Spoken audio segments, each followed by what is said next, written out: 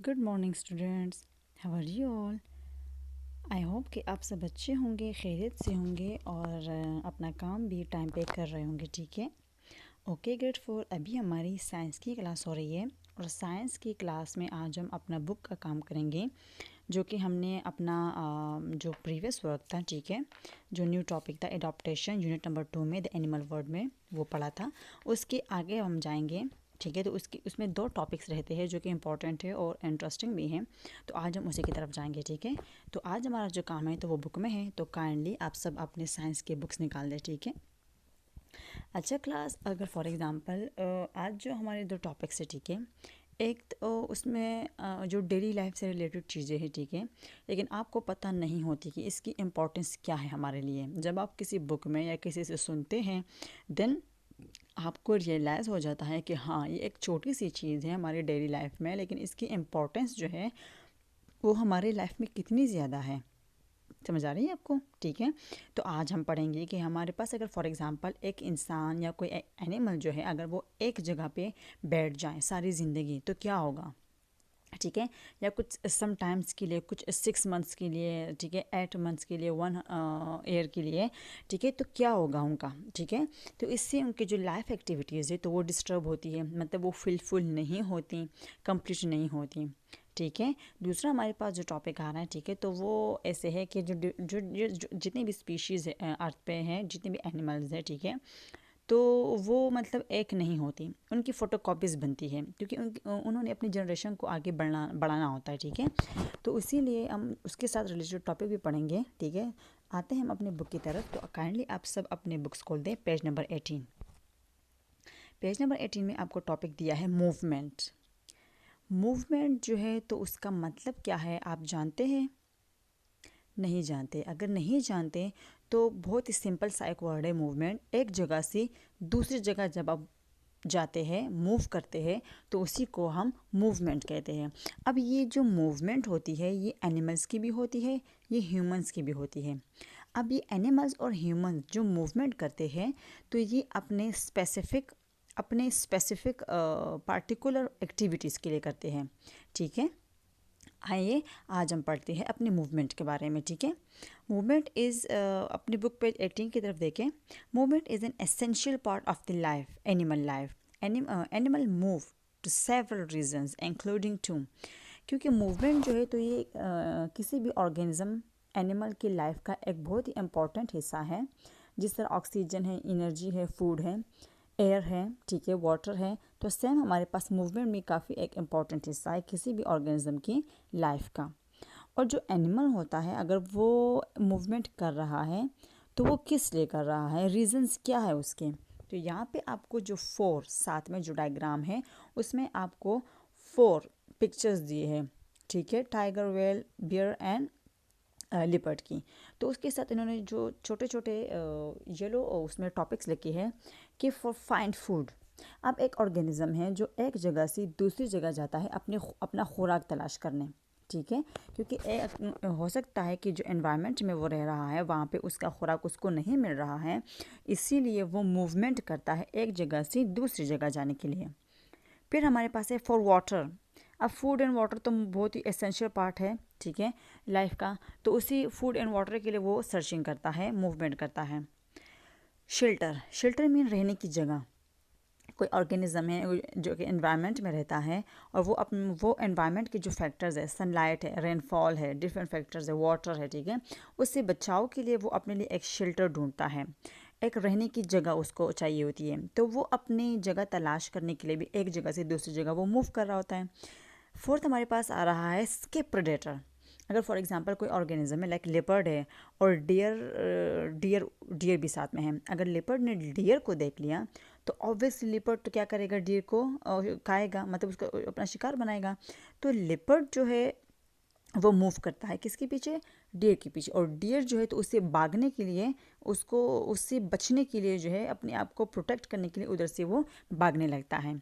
ठीक है, तो ये क्या है, find food, find water, find shelter, find escape, find mating भी है कि मतलब अगर एक ऑर्गेनिज्म दूसरे ऑर्गेनिजम्स के साथ अपने कॉपुलेशन के लिए, मैटिंग के लिए, अपने रिप्रोडक्शन के लिए, अपने ऑफस्प्रिंग जनरेशन इंक्रीज करने के लिए जा रहा होता है। ठीक है, अच्छा ये तो था हमारे पास मूवमेंट। अपने नेक्स्ट पेज की तरफ जाएं, पेज नंबर 19 की तरफ। Animals body are design for movement, think about your body for a movement. अब कोई भी ऑर्गेनिज्म जो है, ठीक है, उसकी जो बॉडी अल्लाह ताला ने बनाई है तो वो बिल्कुल उस मूवमेंट के लिए बनाई होती है, डिज़ाइन की होती है। लाइक फॉर एग्ज़ाम्पल अगर आप अपनी बॉडी के बारे में सोचें तो आपकी बॉडी जिस तरह से डिज़ाइन है तो आप उसी तरह से ही मूव करते हैं। मतलब ये है कि हमारे जो फीट है तो वो मूवमेंट के लिए है, हम उससे मूवमेंट करते हैं। ऐसा नहीं है कि हम अपने हाथों से चल रहे होते हैं, ठीक है, मूवमेंट करते हैं। मूवमेंट हम अपने पाँव से ही करते हैं क्योंकि हमारी बॉडी का डिज़ाइन ही ऐसे है। अगर फॉर एग्ज़ाम्पल अगर आप डिफरेंट एनिमल्स को देखें, लाइक कैट देखें, लिपर्ड देखें, टाइगर देखें, तो वो अपने चारों जो फीट है उसको यूज़ करता है। ठीक है, किस चीज़ के लिए, फॉर मूवमेंट के लिए। ठीक है, तो उनकी बॉडी अलग से डिज़ाइन की हुई है और हमारी बॉडी अलग से डिज़ाइन की हुई है। ठीक है, अब आपको उसके साथ नीचे दिया है, when you it send message around your body, your eyes looking for food, reach out to pick it up. When your brain release you are in trouble, it can send message around your body. जब आप hungry feel करते हैं या आपको प्यास लगी है, आपके बॉडी का जो खून है, ब्लड है, वो ब्रेन से होके पास होके गुजरता है। जैसे ही वो ब्रेन से पास होके गुजरता है तो ब्रेन को रियलाइज़ हो जाता है कि ब्लड में जो हमारे पास ग्लूकोज का मकदार है वो कम है। वो क्या करता है, वो हमारी बॉडी को मैसेज भेजता है और हमारी बॉडी जो है तो वो मूवमेंट में लग जाती है। हम जाके किचन में क्या करते हैं, किचन में अगर पड़ा खुराक है या पड़ा फूड जो है उसको देख लेते हैं और हमारे जो हाथ होते हैं वो उसको उठा के खाना का शुरू कर लेते हैं। तो ये हमारे ब्रेन का काम है जो कि कंट्रोल करता है, ये मूवमेंट है। ठीक है, ये भी मूवमेंट का एक हिस्सा है। जब आप किसी ट्रबल में होते हैं, किसी मुश्किल में होते हैं, तो आपकी आंखें जो है उस हालात को जज करके वो मैसेज जो है तो वो ब्रेन तक पहुंचाती है और ब्रेन आपकी बॉडी को जो रिटर्न में जवाब दे रहा होता है कि आपने किस तरीके से उसको जवाब देना है। लाइक फॉर एग्ज़ाम्पल अगर आप वॉक कर रहे हैं और आपके पाँव में पेन चला जाता है, ठीक है, तो जैसे ही आप उसको टच करते हैं डायरेक्ट ही आप उससे अपना पाँव हटा लेते हैं। ये विद इन सेकेंड होता है। तो ये आपका ब्रेन आपको बता रहा होता है कि आपने जिस चीज़ पे पाँव रखा है वो आपके लिए ख़तरनाक हो सकता है, आप अपना पाँव उधर से हटा लें। तो हम अपना पाँव जो है तो वो अपने ब्रेन की मदद से, ब्रेन के मैसेज के ज़रिए हम उधर से वो क्या करते हैं, वो हटा लेते हैं। ठीक है, अच्छा यहाँ पे देखें, आप अब पेज जो है वो टर्न करें, पेज नंबर 20 की तरफ जाएं और 20 पेज पे आपको एक टॉपिक दिया गया है रिप्रोडक्शन जो है तो वो हमारे ज़िंदगी का, ऑर्गेनिजम्स की ज़िंदगी का एक ऐसा ही इम्पॉर्टेंट एक स्टेप है कि विदाउट अगर रिप्रोडक्शन नहीं होती तो जितनी भी ऑर्गेनिजम्स है उनकी जनरेशन उधर ही स्टॉप हो जाती है। ठीक है, उनकी जनरेशन आगे नहीं बढ़ पाती, किसी भी ऑर्गेनिज्म का, किसी भी ह्यूमंस का। ठीक है, और रिप्रोडक्शन होती क्या है कि कोई भी स्पीशी, कोई भी ऑर्गेनिज्म अपने तरह कोई अपनी फोटोकॉपी पैदा करें। ठीक है, अपने कोई जनरेशन प्रोड्यूस करें, अपनी ऑफस्प्रिंग क्रिएट करें। ठीक है, तो ये क्या है, इसको रिप्रोडक्शन कहते हैं। अब रिप्रोडक्शन के तो काफ़ी ज़्यादा टाइप्स होते हैं लेकिन हम उसकी तरफ नहीं जाते, वो आप लोगों के लेवल के नहीं हैं। आपने बुक पेज की तरफ देखें, reproduction is the process by which living things reproduce new living things. Reproduction वो प्रोसेस है जिसमें एक लिविंग ऑर्गेनिज्म एक न्यू लिविंग ऑर्गेनिज्म को रिप्रोड्यूस करता है। ठीक है, if living thing didn't have the ability to reproduce there would be no living thing on the earth. अगर किसी भी ऑर्गेनिज्म में रिप्रोडक्शन की एबिलिटी ना होती या नहीं है तो वो क्या है, वो अपने जनरेशन को आगे नहीं दे, अर्थ पे उसकी जनरेशन आपको देखने को नहीं मिलेगी। ठीक है, क्योंकि अगर कोई ऑर्गेनिज्म रिप्रोडक्शन नहीं करता तो उसकी तो जनरेशन उधर ही स्टॉप हो जाती है। ठीक है, क्योंकि उनकी जो लाइफ स्पेन है वो तो ख़त्म होना होता है, फिर उनके बच्चे जो है उनसे लोगों की पहचान होती है, ऑर्गेनिजम्स की पहचान होती है। तो अगर वही स्टॉप हो जाती है तो मीन्स की जनरेशन ख़त्म हो गया उनका। Most animal reproduction require a male and a female for the same species. The male fertilizes an egg. It is produced by the female. Fertilize means to bring life to something. अब हमारे पास जो reproduction होती है उसके लिए mail और female का होना काफ़ी ज़रूरी है, ठीक है। लेकिन इसमें किसी एक ऑर्गेनिज्म भी, मतलब जो रिप्रोडक्शन के टाइप है सेक्सुअल एंड एसेक्सुअल, तो हम सेक्सुअल की बात कर रहे हैं कि सेक्सुअल रिप्रोडक्शन में हमारे पास मेल एंड फीमेल की ज़रूरत होती है, जो कि फ़ीमेल एग ले करती है और मेल उसी एग को फर्टिलाइज़ करता है। फर्टिलाइज मीन उससे कोई ऑफस्प्रिंग जो है वो बना रहा होता है, ठीक है। With some animals, the female lay the egg outside her body and the male then fertilize it. The egg then hatch when the body animals is ready to enter the world. Frog and fish are the example of animals that reproduce this way. अब हमारे पास कुछ organisms ऐसे होते हैं जो egg ले करते हैं, ठीक है, एग अपनी बॉडी से बाहर ले करते हैं और जब ले करते हैं तो मेल उसको रिप्रोड्यूस करता है। मेल आके अपने सेल्स उस पर अप्लाई करके उसको रिप्रोड्यूस करता है, फर्टिलाइज करता है, ठीक है। और जब उसकी फर्टिलाइजेशन हो जाती है तो आफ्टर सम टाइम जो है तो वही एक हैच करके उससे एक बेबी एनिमल निकलता है।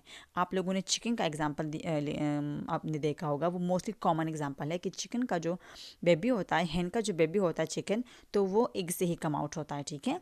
फ्रॉग एंड फिश एग्जाम्पल्स हैं जो कि इसी तरीके से रिप्रोडक्शन कर रहे होते, ठीक है। With other animal, the egg is fertilized inside the female's body. The baby animals come out of the female when it is ready to enter the world. Animals that reproduce in this way are called the mammals. अब कुछ organisms ऐसे होते हैं जो कि egg ले नहीं करते। उनकी जो फीमेल होती है तो उनकी बॉडी के अंदर ही एग होता है और मेल उसको बॉडी के अंदर ही फर्टिलाइज कर रहा होता है, ठीक है। और ये जो रिप्रोडक्शन है, ठीक है, तो ये सिर्फ मैमल्स में होती है। मैमल्स वो ऑर्गेनिजम्स, वो एनिमल्स होते हैं जो कि अपनी बेबी को फीड करते हैं और बेबी को बॉर्न करते हैं, ठीक है। मैमल्स वो ऑर्गेनिजम्स है जो कि बेबी को बॉर्न करते हैं, बेबी को फीड करते हैं।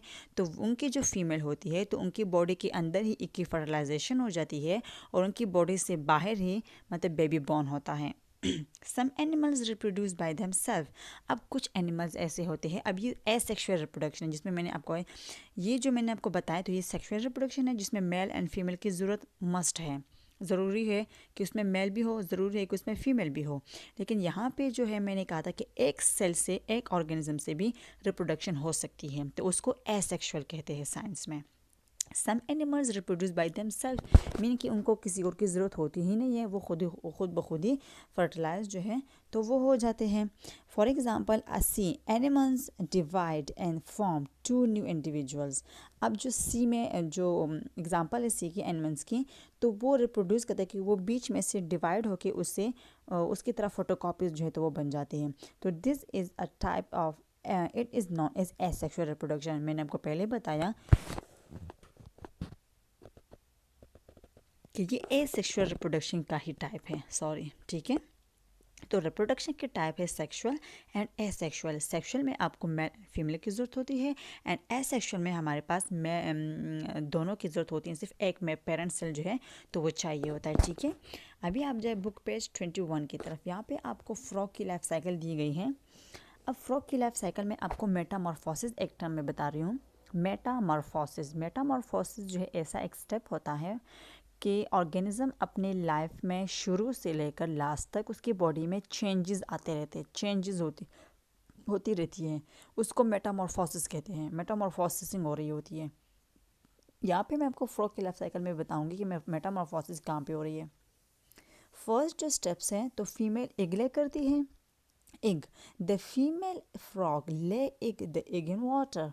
अब जो फीमेल फ्रॉग है तो वो एग ले करती है कहाँ पे, वाटर में। अब पिक्चर की तरफ देखिए जहाँ पे 2 लिखा है, 2 यहाँ पे है टेडपोल, अब the egg hatch enter the tadpole. अब ये एग जब ले होती है तो मेल फ्रॉग आके इसको फर्टिलाइज करते हैं इन एग्स को, और आफ्टर सम टाइम जब एग हैच करती है तो उससे टेडपोल बाहर निकल रही होती है, बाहर निकलती है।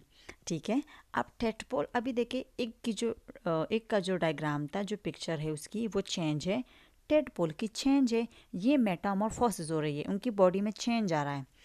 3 नंबर देखिए, tadpole with legs. In this stage, the tadpole grow legs first at the back and later at the front, has a longer body, has a tail and a most distinct head. It's breathe with gills because it live in water. अब हमारे पास ये जो tadpole है, इसके आगे और पीछे दोनों जो फीट है, तो ये लेग्स है, तो ये इसकी ग्रोथ होती है।